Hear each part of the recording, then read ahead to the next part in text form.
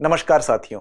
उत्तर प्रदेश में भारत का पहला बड़े पैमाने का बायोपॉलीमर प्लांट अब जल्द शुरू होने जा रहा है। यानी जल्द ही गन्ने से सिर्फ चीनी और एथेनॉल ही नहीं बल्कि पर्यावरण अनुकूल प्लास्टिक भी बनाया जाएगा। तो न सिर्फ उत्तर प्रदेश के लिहाज से बल्कि पूरे देश के लिहाज से एक महत्वपूर्ण खबर है।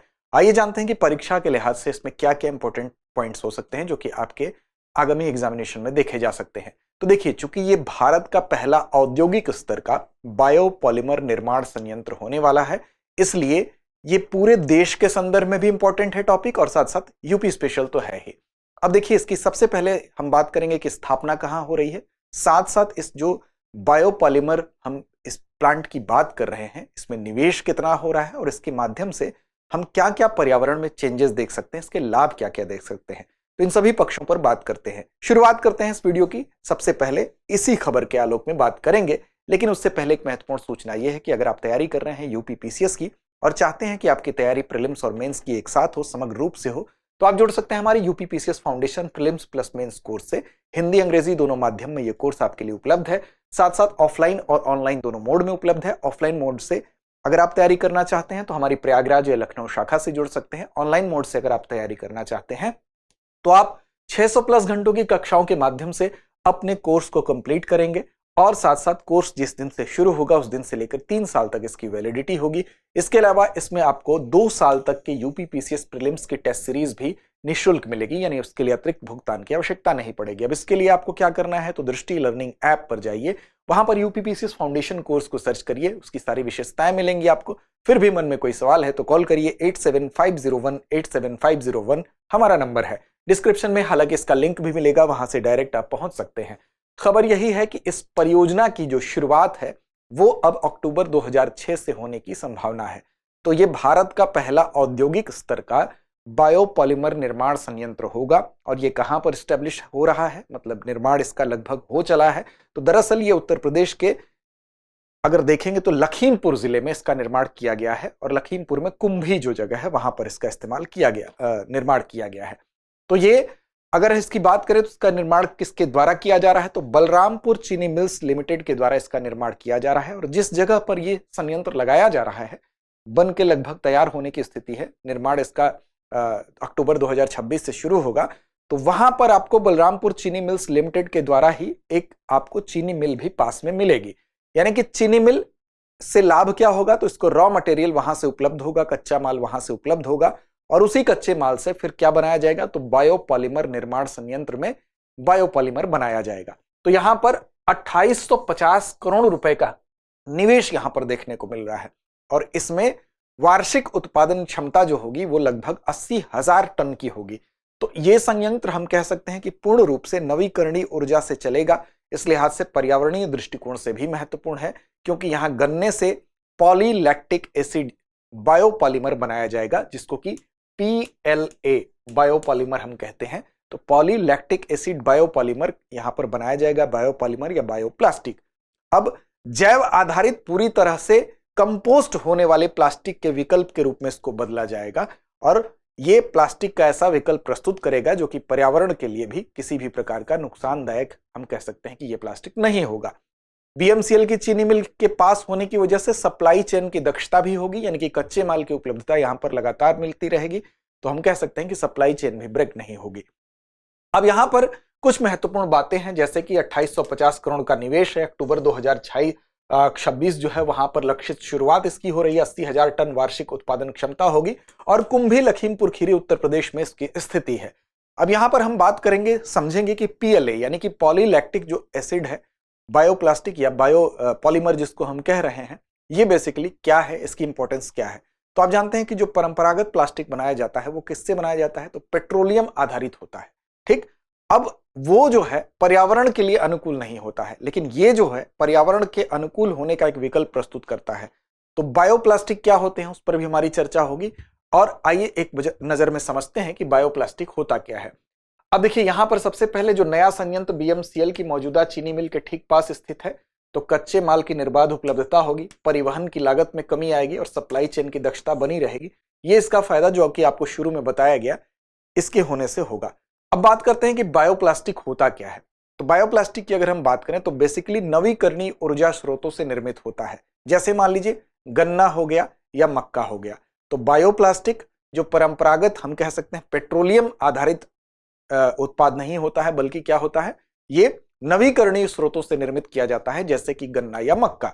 अब यहां पर इससे गन्ने या मक्के से पहले क्या बनाई जाएगी, चीनी बनाई जाएगी, और फिर उस चीनी को माइक्रो ऑर्गेनिज्म के माध्यम से यानी कि सूक्ष्म जीवों के माध्यम से, विशेष तौर पर इन सूक्ष्म जीवों से इसको क्या किया जाएगा, इसको लैक्टिक एसिड में कन्वर्ट किया जाएगा, और फिर ये लैक्टिक एसिड जो है उसके अणुओं को आपस में जोड़ के एक श्रृंखला बनाई जाएगी, और फिर वो पॉलीलैक्टिक एसिड बनेंगे, और पॉलीलैक्टिक एसिड से उसके बाद क्या होगा, तो ये उस पॉलीलैक्टिक एसिड में फिर बायोप्लास्टिक का निर्माण होगा।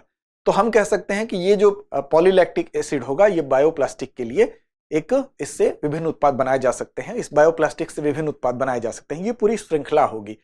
अब इसमें अगर आप देखेंगे तो कोई जरूरी नहीं होता है कि जो भी बायोप्लास्टिक हो वो बायोडिग्रेडेबल हो या कंपोस्टेबल हो, यानी कि उसको हम पर्यावरण के लिए आसानी से पर्यावरण के अनुकूल हो जाए, ये कोई जरूरी नहीं कि सारे बायोप्लास्टिक बायोडिग्रेडेबल होते ही हैं। कुछ आसानी से वो नहीं हो पाते हैं, पर्यावरण में उसका विलय नहीं हो पाता है।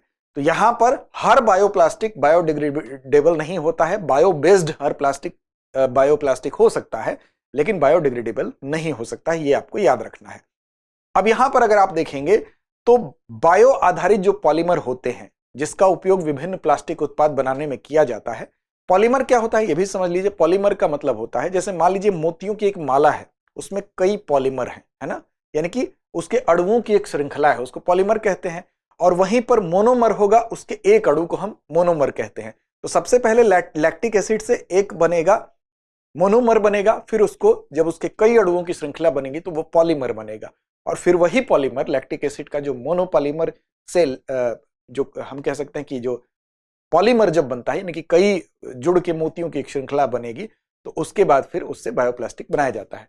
तो ये पूरा का पूरा प्रोसेस होता है। तो ध्यान देने वाली बात यह है कि बेसिकली इसमें पर्यावरण के अनुकूल बायोडिग्रेडेबल और साथ साथ कंपोस्टेबल यानी कि जिसको कंपोस्ट किया जा सकता है, बायोडिग्रेडेट किया जा सकता है, ऐसे प्लास्टिक ऐसे बायोप्लास्टिक का निर्माण यहां पर किया जाएगा। यानी कि PLA वाला जो बायोप्लास्टिक है यानी कि पॉलीलैक्टिक एसिड वाला बायोपॉलीमर या बायोप्लास्टिक यहां पर इस संयंत्र में बनाया जाएगा। तो बायोप्लास्टिक ऐसे उन्नत प्लास्टिक हैं जो जीवाश्म ईंधन यानी पेट्रोलियम के बजाय गन्ना या मक्का जैसे पौधों से मिलने वाले नवीकरणीय स्रोतों से बनाए जाते हैं। यह बात आपको स्पष्ट हो गई होगी। ठीक, अब देखिए इस निर्माण प्रक्रिया को आपको जैसा बताया गया, गन्ने से या मक्के से सबसे पहले उस फसल की प्राप्ति होगी, फिर चरण 2 में हम उससे चीनी निकालेंगे, और फिर इस चीनी को कच्चे माल के तौर पर प्राकृतिक चीनी इसमें निकाली जाएगी, और फिर यहां पर क्या होगा, तीसरा चरण जो होगा वहां पर केमिकल चेंज होगा, रासायनिक परिवर्तन होगा, और इस चीनी को पॉलीलैक्टिक एसिड में बदल दिया जाता है यानी PLA में बदल दिया जाता है। और उसके बाद चौथे चरण में बायोप्लास्टिक का निर्माण होता है यानी कि PLA का उपयोग करके पर्यावरण के अनुकूल कंपोस्टेबल बायोप्लास्टिक तैयार कर लिया जाता है। ठीक, अब इसमें एक अन्य विधि भी होती है। एक तो PLA हो गया, ठीक, एक विधि हो गई हमारी PLA, और दूसरी होती है PHA। तो PHA भी विधि को याद रखना है।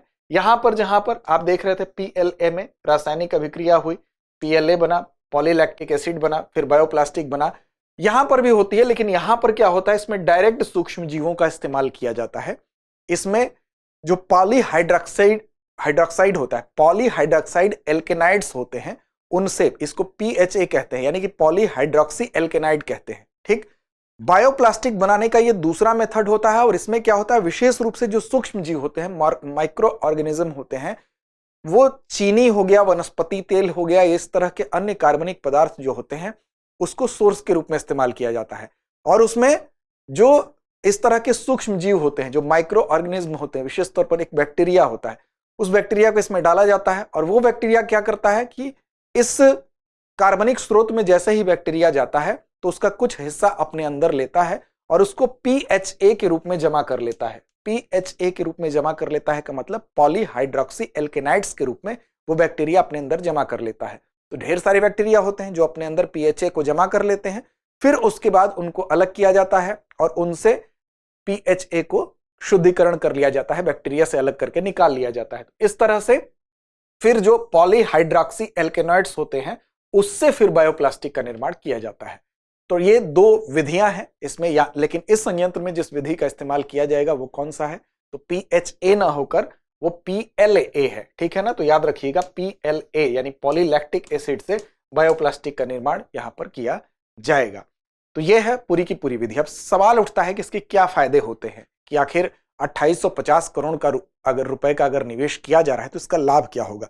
देखिए, एक तो लाभ होगा कि जहां भी चीनी मिल होती है, अमूमन चीनी मिल से क्या बनता है, एक तो चीनी बनती है, एथेनॉल बनता है, लेकिन अगर अब बायोप्लास्टिक भी बनेगा तो जो चीनी मिले हैं, हम कह सकते हैं कि चीनी की जो कंपनी होंगी उनको कमाई का एक नया सोर्स मिल जाएगा। तो हम कह सकते हैं कि अर्थव्यवस्था के लिहाज से भी इंपॉर्टेंट है। दूसरी बात यह है कि कम कार्बन उत्सर्जन होगा। अगर कार्बन फुटप्रिंट के लिहाज से देखें तो एक पर्यावरण अनुकूल कदम है। कम कार्बन उत्सर्जन के लिहाज से देखें तो 1700 से 1800 करोड़ रुपए जो है इससे आय की बात कही जा रही है इस संयंत्र से, तो वो भी हम कह सकते हैं कि आर्थिक दृष्टिकोण से भी बेटर है। और पेट्रोलियम पर जो निर्भरता है वो पेट्रोलियम पर निर्भरता भी कम होगी। और साथ साथ मानव स्वास्थ्य के लिहाज से अगर आप देखेंगे तो एक तत्व होता है थालेट्स, ये पाया जाता है थालेट्स, ठीक ना, ये पाया जाता है आपके पारंपरिक जो प्लास्टिक होता है उसमें, जो कि जो थालेट्स होता है वो ये रसायन, ये केमिकल मानव स्वास्थ्य के लिए हार्मफुल होता है। और जब बायोप्लास्टिक का निर्माण होगा, विशेष तौर पर जो PLA यानी कि पॉलीलैक्टिक एसिड से बनने वाले बायोप्लास्टिक का जब निर्माण होगा तो इसमें ये तत्व नहीं होगा, तो मानव स्वास्थ्य के लिए भी बेटर है। तो आर्थिक लिहाज से भी इंपॉर्टेंट हो गया आप कह सकते हैं कि कम कार्बन उत्सर्जन के लिहाज से देखें तो पर्यावरण के लिए भी ये अनुकूल है और मानव स्वास्थ्य के लिए भी अनुकूल है। तो ये तमाम फायदे इसको विशेष बनाते हैं। और ये पूरे भारत का हम कह सकते हैं कि पहला है, भारत का पहला औद्योगिक स्तर पर बायोपॉलीमर निर्माण संयंत्र है। इसलिए BMCL के द्वारा, जो कि बलरामपुर चीनी मिल्स लिमिटेड द्वारा बनाया जा रहा लखीमपुर खीरी के कुंभी में, ये एक इंपॉर्टेंट संयंत्र होने जा रहा है जो अक्टूबर 2026 से संचालित होने की जिसकी उम्मीद है। चलिए अब चलते हैं अभ्यास प्रश्न की तरफ। बायोपॉलीमर प्लांट का निर्माण कौन सी कंपनी कर रही है? विकल्प आपके सामने है, रिलायंस इंडस्ट्रीज, टाटा केमिकल्स, बलरामपुर चीनी मिल्स लिमिटेड या इंडियन ऑयल। इसका जवाब कमेंट बॉक्स में देना ना भूलिए। चैनल को सब्सक्राइब नहीं किया तो कर लीजिए। लड़ते रहिए, ईमानदारी से अपने लक्ष्य की ओर बढ़ते रहिए। अब एग्जाम की तैयारी को और बेहतर करने के लिए हमारे चैनल को लाइक, शेयर और सब्सक्राइब करना ना भूलें।